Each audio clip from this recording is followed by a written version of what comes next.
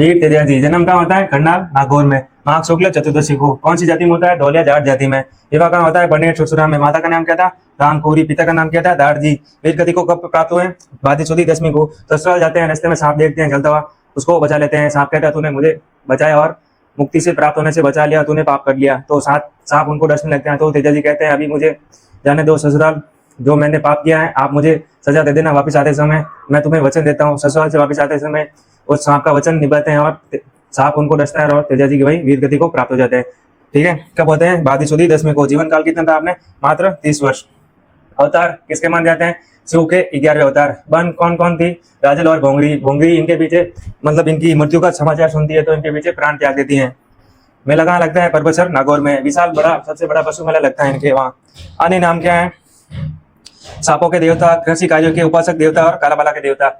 मुख्य मंदिर कहाँ है अपने? पनेर सुरसुरा में, जहाँ इनका ससुराल है। खरनाल नागौर में दूसरा मंदिर। पुजारी कौन होते हैं इनके? घोड़ला।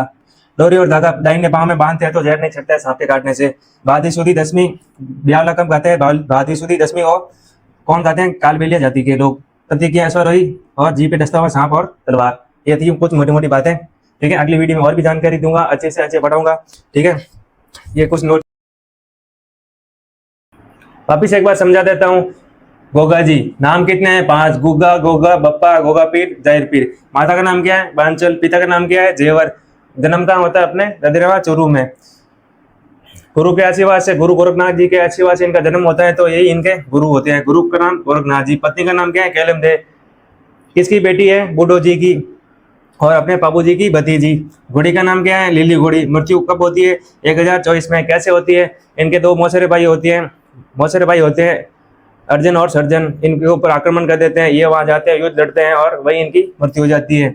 सती कौन होती है इनके पीछे? अपनी इनकी पत्नी मैनल। मंदिर कहाँ है इनके? ददरेवा चूरू में। शीश मेढ़ क्यों कहते हैं? क्योंकि युद्ध में इनका शीश वहाँ लड़ते लड़ते शीश तो पड़ा था अपना गोगा ददरेवा में और धड़ पड़ा था अपने गोगा मेढ़ी में। तो ददरेवा में शीश मेढ़ी बनती है और बाद में गोगा मेढ़ी में गुड़ मेढ़ी बनती है। मेला कब लगता है? भाद्र कृष्ण नवमी को, गोगा नवमी जिसे कहते हैं, और गोगा मेढ़ी में लगता है मेला। कौन कौन सी फेमस है? गाँव गाँव गोगो न गाँव गाँव खेजड़ी। जहाँ जहाँ खेजड़ी जहाँ वाह वाह अपने गोगो जी। सर्प देवता के नाम से भी जाना जाते हैं। प्रतीक है इनका सर्प। ठीक है, ये कुछ मुख्य मुख्य बातें थी इनके बारे में। ठीक है, अगले वीडियो में और भी अच्छी जानकारी देंगे आपको और सारे अच्छे अच्छे टॉपिक आपको एक ही 2-3 मिनट में आपको कवर कर देंगे और 10-10 मिनट के वीडियो में आपको सारे लोक देवता, सारे लोक देवियाँ कंप्लीट करवा देंगे। धन्यवाद। ये कुछ मोटी मोटी चीज़ें थी, वापस एक बार रिविजन करवा देता हूँ। ये बगड़ावत गुजर थे। जानकारी कहाँ से मिलती है? इनकी एक मतलब इनके ऊपर एक बुक लिखी हुई है 24 बगड़ावतों की कहानियाँ। किसने लिखी थी? लक्ष्मी कुमारी चुंडावत ने। ठीक है, वहां से इनकी जानकारी मिलती है। जन्म कहाँ हुआ था इनका? मालाशहरी आसेन भीलवाड़ा में। ठीक है, और पिता कौन है इनके? स्वाई भोज बिनाई के राजा थे। ये अजमेर के पास अपनी जगह पड़ती है, वहां पे एक बाघ से युद्ध करते हुए मतलब लड़ते हुए मारे गए थे।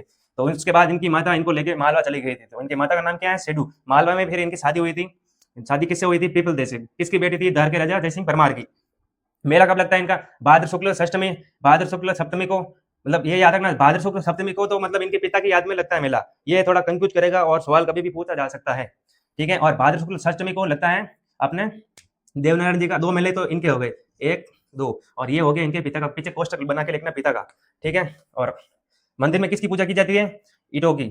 औषधि के देवता कहा जाता है, अवतार विष्णु के अवतार हैं। मंदिर में ईटों की पूजा की जाती है। फड़ अपने गुजर जाति के भूपे गाते हैं। डाक टिकट कब जारी हुआ था इनके? 1992 में। हुआ करता था, अब नहीं होता है। ठीक है, सबसे लंबी फड़ हो गई, अपने सबसे लोकप्रिय फड़ हो गई। तो ये कुछ इनके बारे में मोटी मोटी जानकारी थी।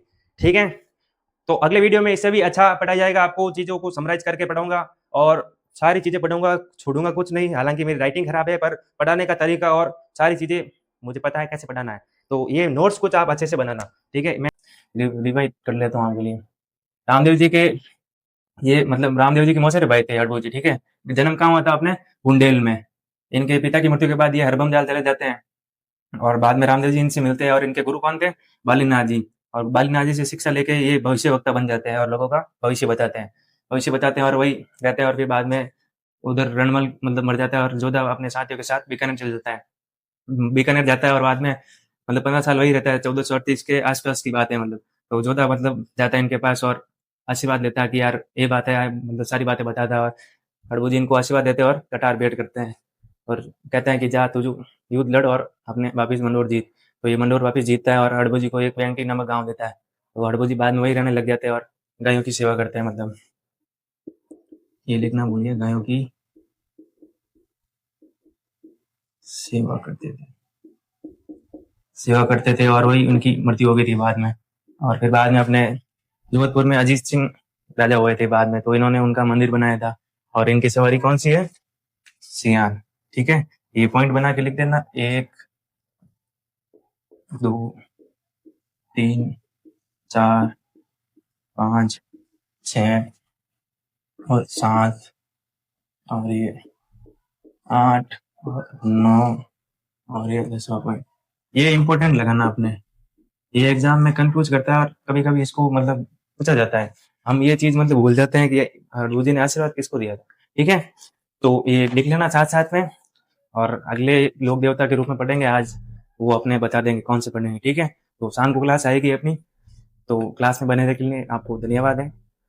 लाइक और सब्सक्राइब करना, और इससे भी ज़्यादा अच्छा कंटेंट आपको अगली वीडियो में प्रस्तुत किया जाएगा। ठीक है, तो आप बने रहे, मतलब वीडियो में आपको अच्छे से अच्छा पढ़ाया जाएगा, कोई चीज़ की कमी नहीं रखेंगे आपके लिए। ठीक है, तो वीडियो लंबा हो जाएगा इसलिए मैं चलता हूँ। ठीक है, आपको धन्यवाद, थैंक यू।